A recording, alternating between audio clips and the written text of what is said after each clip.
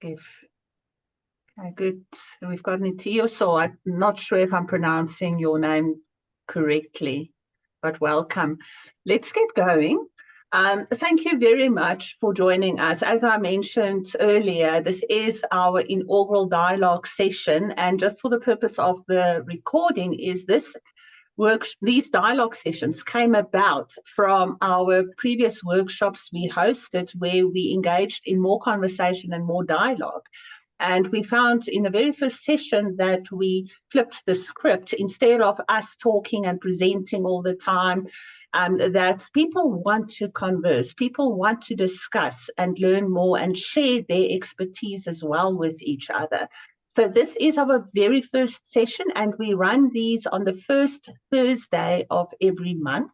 And we do invite our community to contribute in terms of what topics they would like us to address in terms of creating this exponential future for all. And when I say for all, we are not only talking about corporates or enterprises, we are also talking about the people in our underserved communities where we also do a lot of work in.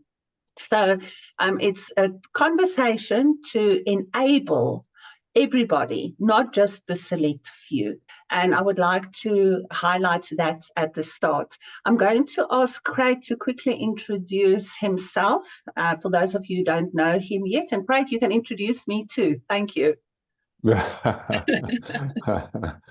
Yes, thanks so much, Liezel. So, yeah, we've been on this journey, which started with democratizing entrepreneurship, but has really come to a point where we realized that one entrepreneur at a time is not going to cut it, and we need to, in the exponential age, think differently, approach this differently, get people to really see and understand the mindset that's required to leverage exponentials. And this is what these dialogues are about. So we're active in communities to help people create businesses and train people into those businesses and make those platform those businesses so that they're sustainable.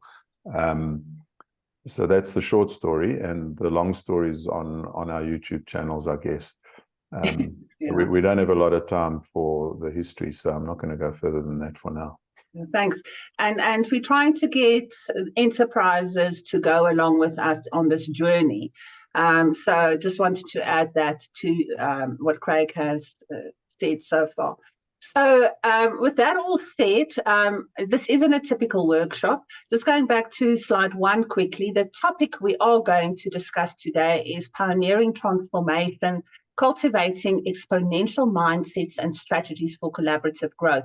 Now, this was the very first topic where we learned what we mean with exponential thinking and how it can empower us. So there was a lot of content and theory that we discussed there, and we also listened to thought leaders on that topic. So please, today, your voice matters. Ross is sitting in London, and I'm sure we've got people across South Africa here as well. And we often have people from other parts of the world joining these workshops. Please do contribute your thoughts, your ideas to the dialogue we are going to have today. So just to quickly summarize, we are going to delve into pioneering transformation, cultivating exponential mindsets and strategies for collaborative growth. And we are going to share our resources again on our exofutures.africa's website, where you can go into the, now it just slipped my mind, we have the catch-up zone, I beg your pardon, the catch-up zone where we record and upload the recordings and share all the resources that we are sharing and discussing with you. There's handouts, links to other websites and further information that you can follow up on. I did request on the invitations that people do go into the 18th of July's workshop and look at the Shifting the Paradigms content there, but I'm sure that we don't have that much time to go and prepare for a workshop. So what I did was I included a little summary here for us just to ensure that we are all on the same page. So let me quickly summarize this content around exponential thinking and the exponential age, and then we will dive into the dialogue itself. Also, while I remember, is please do say hi in the chat, share your contact details, tell everybody where you are from. And the whole idea behind this dialogue session is also that you can meet new peers and build new relationships as well.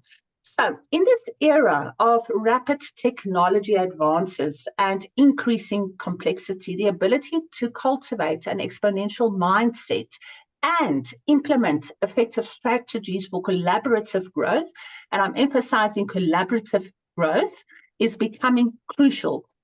To the point that Craig made in his introduction, it's not one person at a time or one entrepreneur at a time or one enterprise at a time. We now need to enter a phase where we collaborate on a different level. So this involves understanding and embracing the concept of exponential growth, and where we look at how change consistently doubles over regular intervals. Technology doubles over regular intervals and so forth. Therefore, exponential thinking has become a critical component of how we think and act in today's world. So an exponential mindset goes beyond recognizing this concept. It's about adopting a new way of thinking and decision making. So this mindset is characterized by flexibility, adaptability, curiosity, and very importantly, an underlying belief in limitless potential. We usually use the word abundance, and people misunderstand that concept of abundance. So, Craig, I replaced it with limitless potential. It allows us to anticipate and respond to exponential changes and disruptions with agility and foresight. Now, we can become more flexible, we can become more adaptable, we can become more curious, but if we don't underpin how we act and how we think with a belief in limitless potential, we will not achieve what we would like to achieve at scale. We will limit ourselves, in other words. So strategies for collaborative growth, on the other hand, recognizes the power of collective intelligence and the synergies of diverse skills. And that is something we have been working on for quite a number of years, and knowledge and perspective. So they involve creating environments that foster open dialogue, learning, and knowledge sharing, as well as harnessing the power of networks to generate innovative solutions and drive growth. So let me summarize what we define exponential thinking to be. And those of you who are here who attended the 18th July workshop where we discussed exponential thinking, is exponential thinking is a mindset that recognizes and embraces the exponential growth and potential of technologies and innovations. So we are introducing the technology elements here as well. It goes beyond linear thinking, one of our pet hates, and challenges traditional assumptions about what is possible. So we are going against the stream here. We cannot continue and do what we have been doing for decades, and it doesn't work. So we need to find a new way of thinking and acting and behaving to create this new future. So it's a way of thinking that acknowledges the accelerating pace of change and seeks to leverage it for positive impacts. So our aim today is, and we're going to dive into the dialogue now, is let's broaden our understanding of exponential mindsets and strategies. So we are here to create a space together where we are going to engage in this open dialogue, which I pointed out earlier. And also we need to adopt a mindset here today where we can be open to thoughts that's going to be shared by everybody, and also open to challenge ourselves, our traditional thinking and our traditional ways of doing. Linear thinking needs to be challenged. And many of us here, including ourselves, we are trying to reprogram our brains, which have been conditioned for decades. So let's be open for challenging ourselves and to be challenged by others as well. So in today's dialogue, we will be guided by 3 pivotal questions following the approach of the Golden Circle. I don't know how many people are aware of the Golden Circle and Simon Sinek. I bring this up in every workshop that we do. So he coined the Golden Circle, and it focuses on the why first, how, and then the what. So it emphasizes the importance that we don't start with what we do. We need to first understand why we're doing what we are going to do, and then how are we going to enable the why, and then what is the outcomes that we are going to seek. So if we know and understand the why, that is what's going to carry us forward and help us overcome the barriers and the challenges that we may face. Just welcome to everybody I've admitted in the last couple of minutes. Thank you for joining us. We're just about to enter into the dialogue. So we'll first explore the why today. Why are exponential mindsets and strategies crucial for social entrepreneurs and corporate enterprises in South Africa, rapidly in our country's rapidly evolving landscape? Now, Ross, I know you are out of country. I just want to mute a couple of people quickly because we are recording. There we go. You're welcome to unmute yourselves when we get into the dialogue. And then we are going to understand our why, which gives us the foundation and motivation for our actions going forward in adopting this thing called exponential thinking. Next, we will delve into the how. How can we, as social entrepreneurs and as established corporations in South Africa, cultivate and effectively implement exponential mindsets and strategies within their unique context?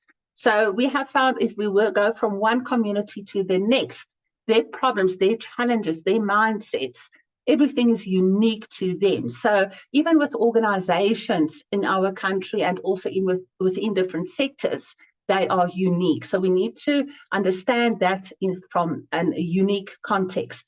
So once we know why, we can then start to strategize the how we are going to achieve our purpose. And then finally, we'll examine the what. What practical outcomes and transformative impacts can social entrepreneurs and corporations in South Africa expect when leveraging exponential mindsets and strategies for their growth?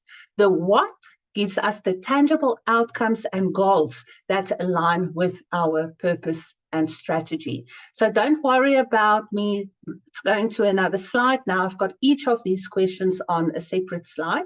I'm going to allocate 15 minutes per question, and I'm going to monitor that time for us as well. So let's dive in.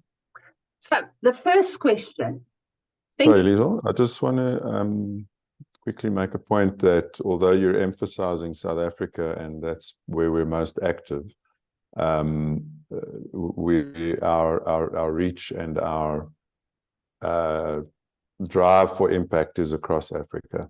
Yes, 100%. Thanks for that, Craig.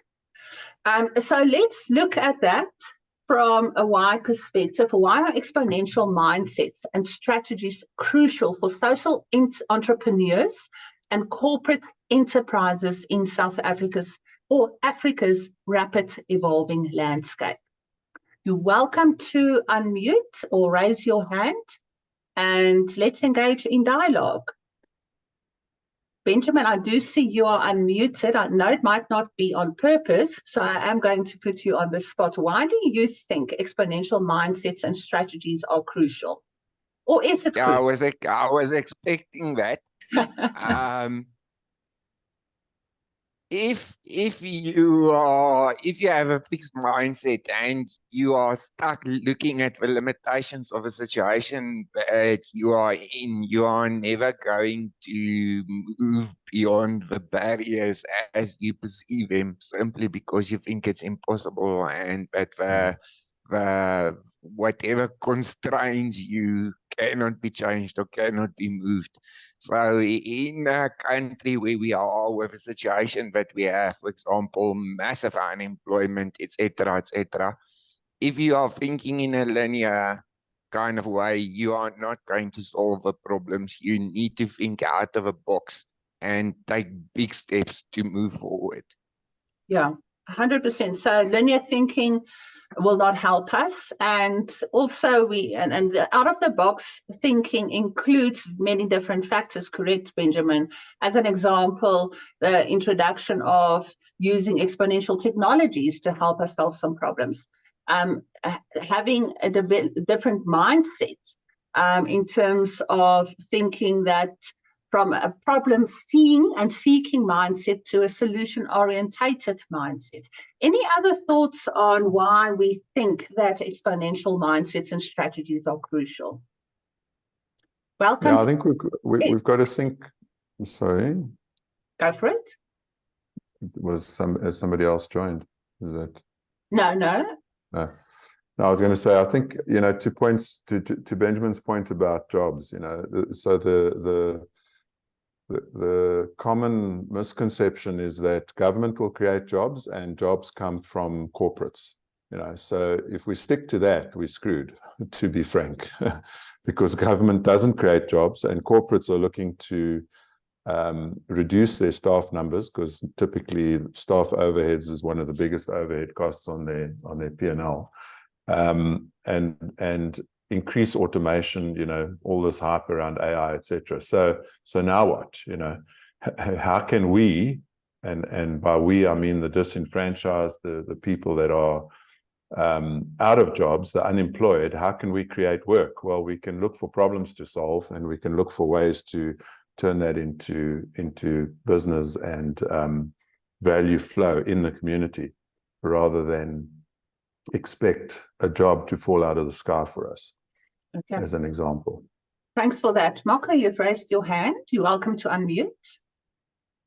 Thanks. Yeah, I think you raise a good point, Craig, in that, if we don't do this now, we are screwed, as you say. But I think for me to come back to the question of, why is this important? Besides the very present issues that we know prevail in our society, for me, I've always looked at, if you look at just in our modern history, when has there been the greatest change, and what has been that catalyst for change at any time that humanity has evolved or kind of undergone a big transformation? It's always been because someone has been willing to push the boundaries of what we thought was possible and expand their mind. And when they were able to do that and channel, resources and energy into that, humanity has evolved in one way or another. And I think for us, certainly, as a business and as entrepreneurs, people in business in South Africa, but also working across Africa, that's always something we're looking at.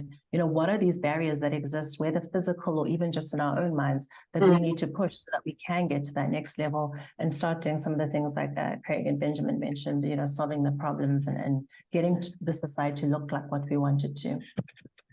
Yeah, no, absolutely. And I love where you said, Marco, that if we do go back into history, that when significant change happens is when those people who brought that about they were prepared to push the barriers,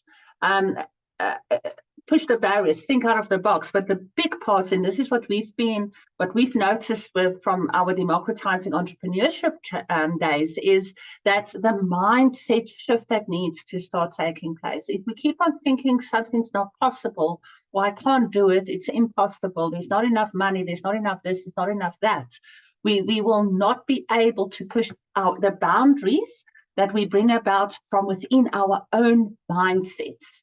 And that is so important. So thank you very much for that. Any other contributions on the comments that's been made so far, Bright? I know you are very passionate about what you do as well. Sonke, Stephen, please don't be shy to share your thoughts. It's Ross here. Thanks for the opportunity, and it's a huge challenge. I mean, it's we're trying to solve the problems of the world here. This is not an insignificant challenge that we have ahead of us. I think it's probably quite useful to frame the discussion in terms of some definitions around what we mean when we talk about linear and exponential. So I'll give my understanding of it so that we can make sure we're all on the same page. So linear basically, technically is, 1 + 2 + 3 + 4. And exponential is obviously, 1, 2, 4, 16, 32, 64. So, if you go down sort of 10 steps of a linear path, you're 10 steps ahead. If you go down 10 steps of a exponential path, you're hundreds, if not thousands of steps ahead. So clearly, technology has unlocked the ability for us to even think exponentially. And in a sense, our small brains are still trying to grapple with the actual enormity of the opportunity, I guess, is what we're all talking about here. So in my experience, technology and exponential growth in technology, a great example of that is an industry that I know well, is the mobile phone industry in Africa, which kind of went from 0 to over 1 billion in a generation. And so I think those are the kinds of examples we should be looking to kind of give us guidance, to allow us to sort of think freely. And we know that there remains huge challenges in Africa. And I think that everyone's on this call has the same objective, which is to try and unlock the potential of Africa. If you can just imagine that there are how many, I hesitate to use the word Elon Musk, but there are many brilliant people in Africa that are sitting in a village somewhere, and we're waiting to unlock that potential. How do we do that? With the technologies that we have available. And I would suggest that the challenges are not only our own minds, but also the institutions that we have around us, whether they be political, whether they be social, whether they be legal. Lots of institutional roadblocks are going to stymie our progress. So as long as we kind of acknowledge this kind of obstacle course that we're going into and recognize the challenges ahead of us, I think that it's possible to overcome them, but it's going to require a huge collective effort and leadership. And I think that's where we're missing at the moment. There just doesn't seem to be much leadership in the world, let alone in Africa. But I'll leave it there. Otherwise, I could carry on for ages. So. Well, Ross, Craig? even though you weren't on our last session where we covered in some detail the exponential age, if you like, to summarize it, you've touched on quite a few points that came out there, and what it really keeps coming to the fore of my mind is this whole issue of scarcity, and how the existing institutions, as you say, the existing organizations and structures that we operate under are all driven by scarcity and fear, I guess. So driving us to needing them to save us because they're the only ones that have got the solutions, and creating increasing scarcity so that it's increasingly expensive to get the solution. And the reality is that, we've got associates that are purifying water with solar panels. We've got associates that are creating solar panels from sand. Sand is an abundant resource. The seawater is an abundant resource. So we can solve these energy and water and food and all of these problems if we just think differently and see the possibilities.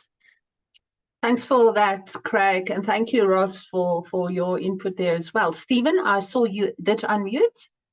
Yeah, sure. Thanks. Hi, everyone. When we come to a practical level, especially in Africa and South Africa, we are aware that many of the solutions that have come up in the past, they've tended to benefit a minority few. And adopting this exponential mindset is to say to us, how do we reach out to the billions of the African people, of people on the African continent, and change the lives of African continent, because it's okay that I can come up with an innovative solution, but it benefits me alone, but it doesn't change the status quo. I like what Ross said, is that we're trying to resolve the challenges of the whole world. And Africa in particular, we are faced with challenges of poverty, unemployment, and many other ills. And hence, why I support and I like this idea of exponential mindset is that we can reach out to almost each and every individual. We need to come up with solutions whereby we can reach out to every individual, especially in Africa and South Africa in particular. Thanks for that, Stephen. And I think,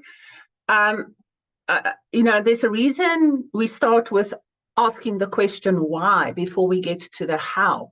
And the why question goes to, if we buy into why we want to bring about this change, we will be able to face those perceived challenges that we have, overcome the mindsets that we want to challenge, and develop that within other people. So we've got 1 minute and 15 seconds left here. I would like to ask someone, whoever would like to put their hands up, if you can summarize why, if we think of ourselves as a collective, that we want to go about and bring about change, and we want to introduce the concept of exponential mindsets, exponential thinking. Why would we want to do that? Because that is what will help us answer that how that Stephen started bringing up. Craig, I see you unmuted almost immediately.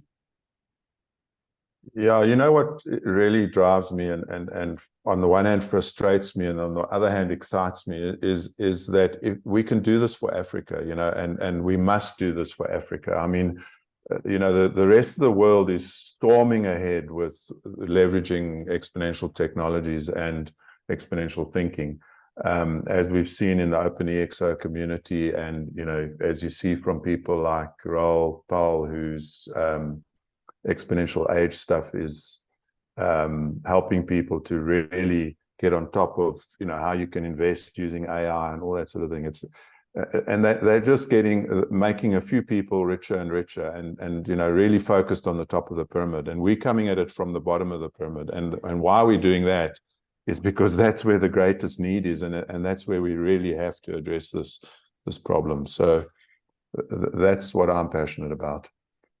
Anybody else? I did invite you to type your why in the chat. Anybody else who would like to share their why? Why would you consider going on this journey of introducing this concept around exponential mindsets? Ross, summarize. Okay, if I can step in. Yes, go for it, Benjamin. I would say one compelling reason is that we are, whether we know it or not, or whether we want to admit it or not, we are standing on a burning bridge. And we have to make a radical departure with the way that things worked before. Thank you, Benjamin. Right. I don't know if you are able to see Ross unmuted, Sonke unmuted. So I'm going to start from the top, Ross, and then Sonke. I think the why is that the only way to solve the problems that are facing mankind, and I think the burning bridge metaphor is incredibly powerful. The only way to unlock the ability to solve these problems is on an exponential basis, leveraging technology, which is exponential, where we just got to, stop the old way of thinking and unlock this kind of possibility of solving problems that seem absolutely immense, but with technology and with the right mindset, we can. 100%. Thank you for that. Sonke, you unmuted.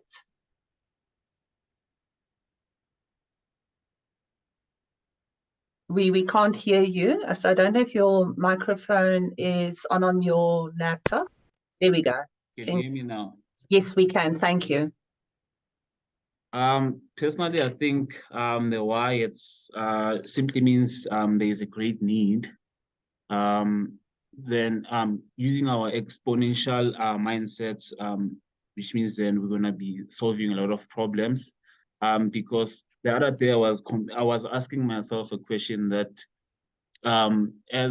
since I'm in South Africa, I was asking myself that why are we South Africa consuming a lot of like we are a lot of like we are focusing on the consuming side than building our own, like for instance, cars. So I'm that person who always ask myself those questions that what makes us to be like so behind that we not even try to build our own cars. So I think this exponential mindset and strategies will make us to elevate and help possibly help people to think out of the box, like on how to build their own things instead of consuming a lot of consuming. Yeah, thanks. Thank you very much for that. I'm going to move on to the how, but before we do, I think it's such a great idea, Craig, to share our experience of last year with the 5 youths who we had a table at a youth day, which was organized by City of Johannesburg, and we introduced these concepts to the youth that came. Now, these are it's a drug-filled, alcohol-filled, violently filled community with lots of gangs, etc., in that area. And as we were speaking to a couple of these guys, we were surrounded by a number of people, where we took them on a journey of to see what's possible if they shift their mindsets.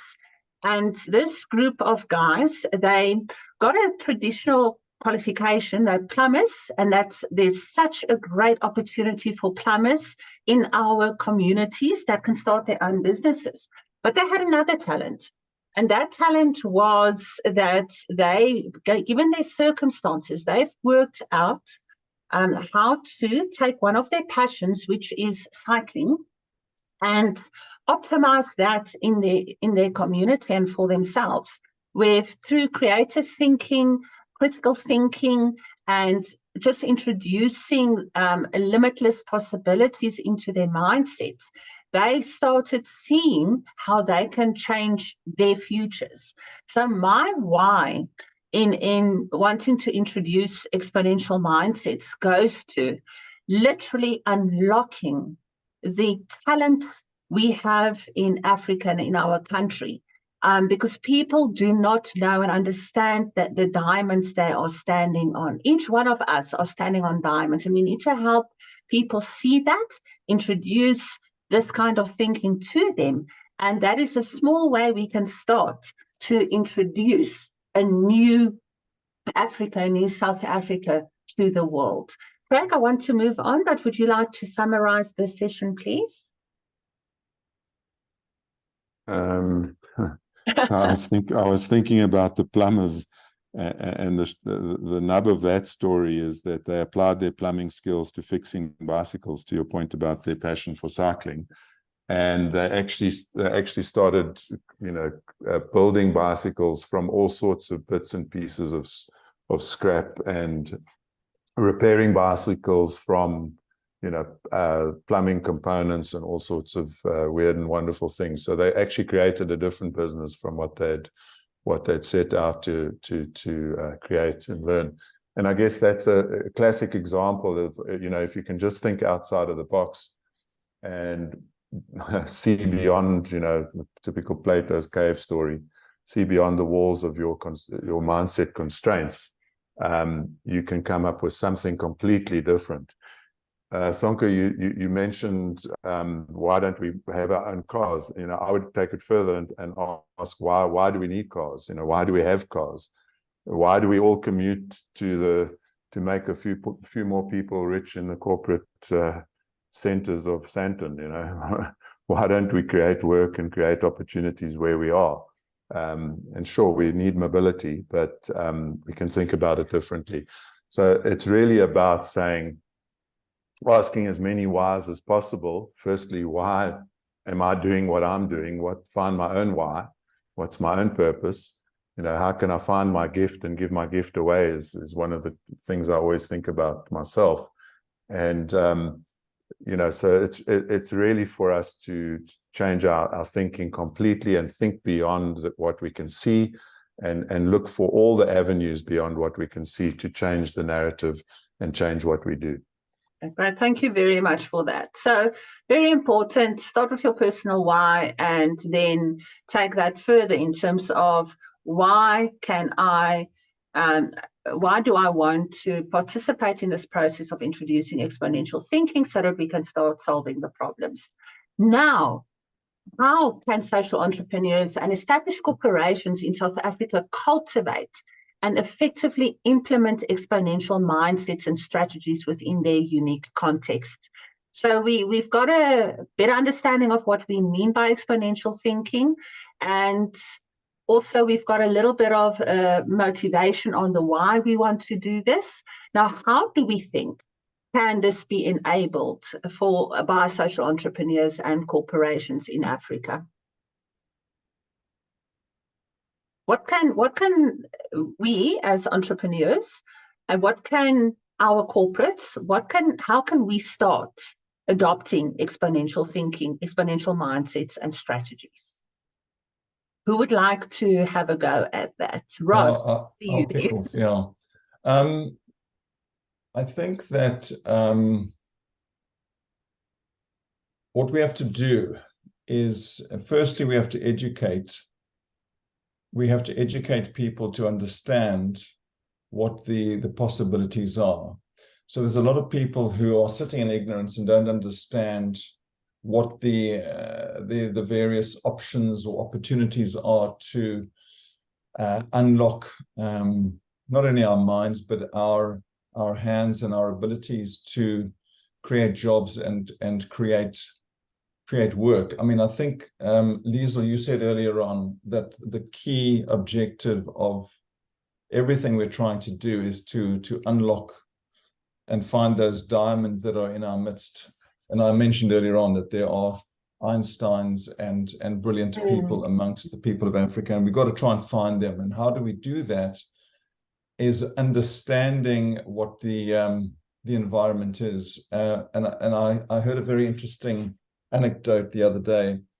They were talking about why it is that Singapore went from being a kind of very low, relatively low-key trading outpost into a sort of technology and economic giant. And they say the primary reason was because of the introduction of air conditioning. Now you might think, wow, that's a bit odd, that's a bit weird, but the reality was that air conditioning enabled work as you and I understand it to take place in the tropics.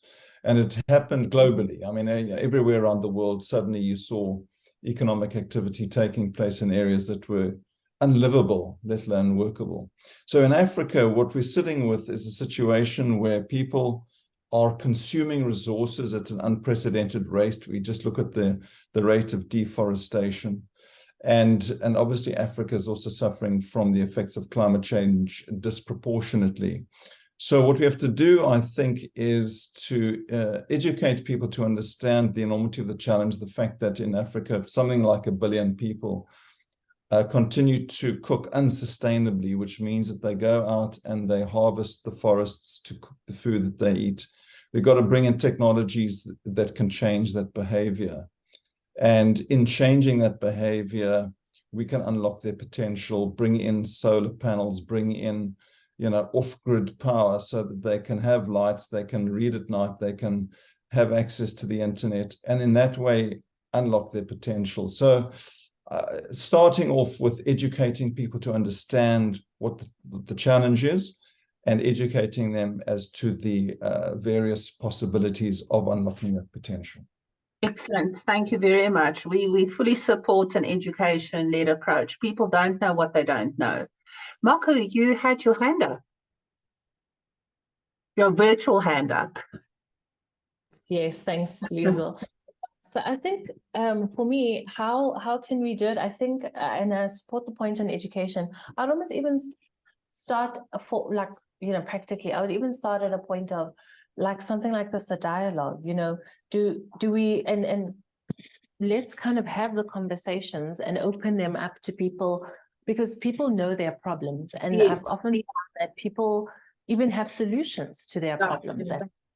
But is there an enabling environment that allows them to actually start to solve their problems? And like you're saying, then once that momentum gets going, you almost open up this window or this capacity for wonder, because now people can start to think beyond. If I've got a problem of clean drinking water, I'm really not thinking about electric vehicles, and it's a reality. But I think for me, something like a dialogue where we can start to unpack some of these things, and just create the conversation, and then out of that start to say, how do we create an enabling environment even amongst ourselves? Because we know sometimes there's certain structures in place, governments, etc., which might be, an obstruction or I think even within ourselves, these are, whether it's in our workplaces, within our teams that we deal with, opening up those conversations and saying, how can this be better? How do we change this? Or, every month we're frustrated with such and such a thing. How can we shift it? Or who else is frustrated by this? What do you think can work?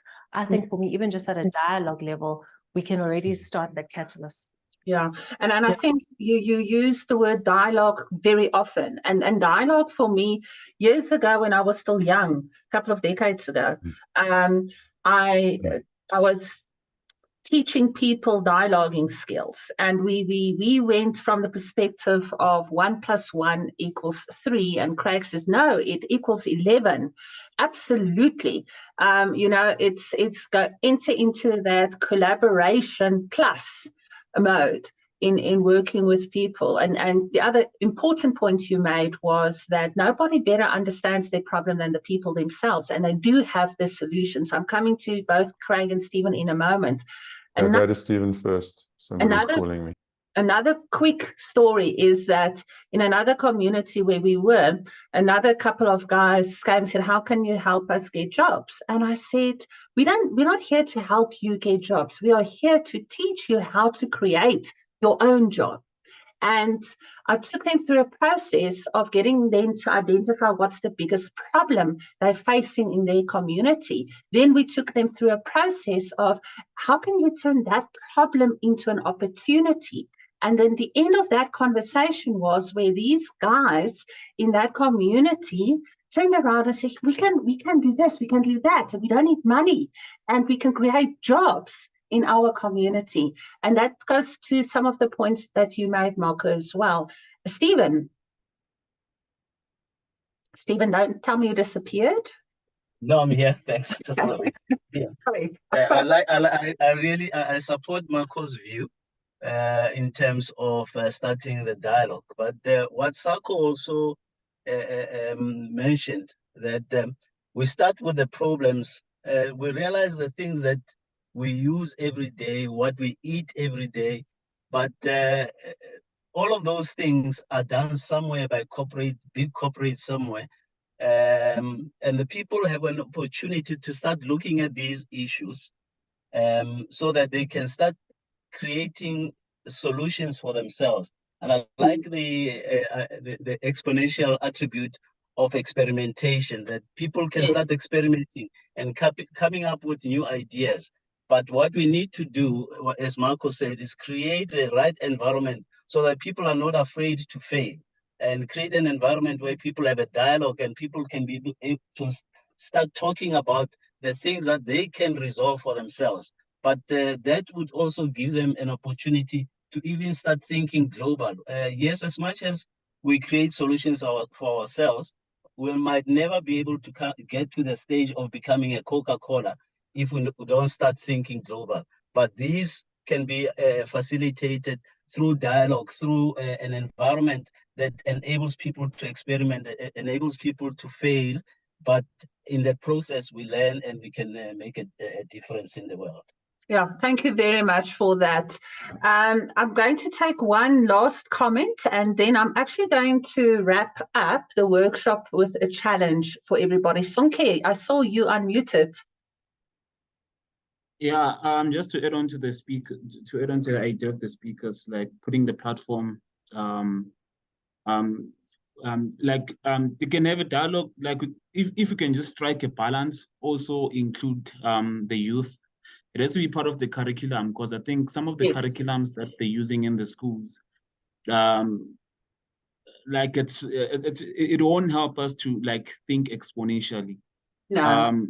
Yeah. Exactly. So like we need to also like try to put such dialogues in the school curriculum, because I can tell you now, young people have great ideas out there, but they don't have the platform to like explore their ideas. Even when they fail, we know where to adjust, all those things. So I think, again, if you can involve schools, like all the relevant stakeholders, we can move somewhere. Yeah, absolutely. I love what you're saying. We created the ACE program, which wants to achieve exactly what you started talking to there, Sonke, in terms of enabling our youth to become, and we like talking about social entrepreneurship. Because it's solving the social challenges we are sitting in the community, and you can profit from solving social problems as well, and build that Coca-Cola, the next Coca-Cola as an example. But that should not be the objective necessarily. It's to create jobs in our communities and create sustainable social ecosystems at scale, exponential social ecosystems at scale. So we're not going to have time to talk to the what, and here's the challenge. I'm going to share a couple of links in a moment. We have the ExoFutures community on LinkedIn, and I'm going to ask you to please join that community. We are going to share the link in a moment. Come up with what are the practical outcomes and transformative impacts social entrepreneurs and corporations can expect when they start leveraging exponential mindsets and strategies for their growth. Craig, are you back?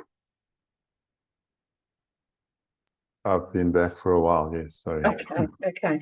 So if we can do that, go and think about the what. Go and reflect on what we've discussed here. I am going to upload the recording from the session and then also refer you to the recordings from the previous sessions where we had a conversation around exponential mindset and exponential thinking and how that can potentially support us in creating an exponential country in Africa for all her people. Liezel, you referred to the ACE program, so I posted the YouTube intro link to that. Brilliant. Thank you. Thank you. So as immediate next step, so let me go back one more slide here. Could you please in the chat suggest topics that you would like us to dialogue on as well? Even if it is, let's come back to this topic that we are discussing here today and explore the how a bit further with definite projects, with definite timelines where we can collaborate. So please in the chat, just post your thoughts. Even as I said, we can come back and take this the how conversation and the what conversation further as well, and other topics in line with us creating this nurturing and innovative environment in South Africa and in Africa. So what we would like to encourage you to do as immediate next steps is go and reflect and integrate what we've discussed here today. Connect with each other and let's network, find each other and meet each other also in our LinkedIn community on ExoFutures. And then Stephen is sold on what we do in terms of creating these exponential, sustainable social ecosystems where we adopt a lot of the attributes that creates exponential organizations. And he pointed out experimentation as one of them. So identify one action that you can take and go and experiment with it. Stephen pointed out, yeah, you might fail, but failing is good. And let's learn from that experimentation in terms of creating and developing exponential thinking in our communities. So I'm going to quickly share what I have on the screen here, where you can join our community on LinkedIn. Also, go to and register for our future exponential conversations, which I invited you to contribute topics on. I've just shared all of that for you in the chat, in the Zoom chat. And then also go and register on exofutures.africa and go to the catch-up zone where you will find all the collateral. Just a big thank you from my side and we always run out of time when we have these conversations. Just a huge thank you for joining us here this morning. Come back. Let's have more conversations. Let's have more dialogue. And let us as a collective start taking that major leap of mankind, personkind, forward to start bringing about change. Craig, would you like to make any closing comments? Yeah, I think the thing that sticks with me from what has been said is we're in an echo chamber here. All the people on this call agree with everything that everyone else says. How do we get this to down onto the ground? Stephen, in the access that you've got into cooperatives, we're working with Craig Rowe, who I asked to weigh in, but Craig is driving. But we're working on the ground in the Kingdom Valley community, and where can we get more active on the ground with real stuff that shows what's possible and what experiments we can do. Yeah, absolutely. So that's for me very important, because we can. Most people don't have access to all the stuff we're talking about. Is the thing that struck me in the conversation so far. Yeah, 100%. And it's obvious, but yeah. And also some of the points that came through was that we need to understand what our communities need and think. And Craig, you made the point, we're starting at the bottom up and not at the top down. And that's also something that we've learned is we thought we knew, and we learn every day. We learn that, my gosh, we need to take a few steps back and take that to another level. Thank you, everybody. I'm going to follow up with an email where we will share with you all the links and the collateral from this meeting. Please do join us on the first Thursday in September. We might make these more regular sessions. I think to go from understanding the why and the how in one session to doing a follow-up session on the what, so that we can get to some actionable outcomes as well. Have a wonderful... It would be great if the what sessions could be feedback on what actually happened on the ground in between. Yes. Have a wonderful day further, wherever you are, and look after yourselves, and we look forward to seeing you soon. Thank you, everybody. Bye-bye. Awesome. Thanks, guys. Thank you. Bye. Thanks. Bye. Thank you. Bye.